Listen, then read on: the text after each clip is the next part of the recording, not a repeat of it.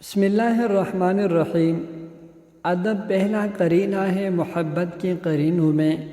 امام احمد بن حنبل نہر پر وضو فرما رہے تھے کہ ان کا شاگرد بھی وضو کرنے آ پہنچا، لیکن فوراً ہی اٹھ کھڑا ہوا اور امام صاحب سے آگے جا کر بیٹھ گیا۔ پوچھنے پر کہا کہ دل میں خیال آیا کہ میری طرف سے پانی بہہ کر آپ کی طرف آ رہا ہے۔ مجھے شرم آئی کہ استاد میرے مستعمل پانی سے وضو کرے۔ اپنے سگے چاچا حضرت عباس رضی اللہ عنہ سے رسول اللہ صلی اللہ علیہ وسلم نے پوچھا کہ آپ بڑے ہیں یا میں؟ عمر پوچھنا مقصود تھا۔ کہا یا رسول اللہ بڑے تو آپ ہی ہیں، البتہ عمر میری زیادہ ہے۔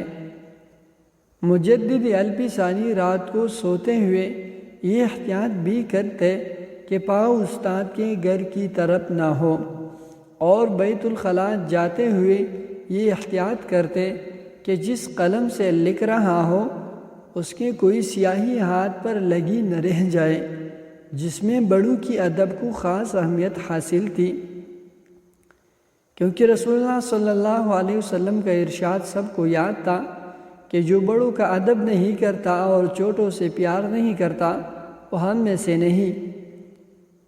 ان کے آگے چلنا اور ان سے اونچا بولنا برا سمجھتے تھے، اور ان کے حکم پر عمل کرنا اپنے لیے فخر جانتے تھے۔ اس کے صدقے اللہ نے انہیں نوازتا بھی تھا۔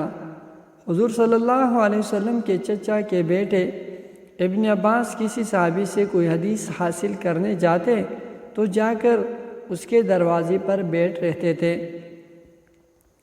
اس کا دروازہ کھٹکھٹانا بھی ادب کے خلاف سمجھتے، اور جب وہ صحابی خود ہی کسی کام سے باہر نکلتے تو ان سے حدیث پوچھتے، اور اسی دوران سخت گرمی میں پسینہ بہتا رہتا اور یہ برداشت کرتے رہتے۔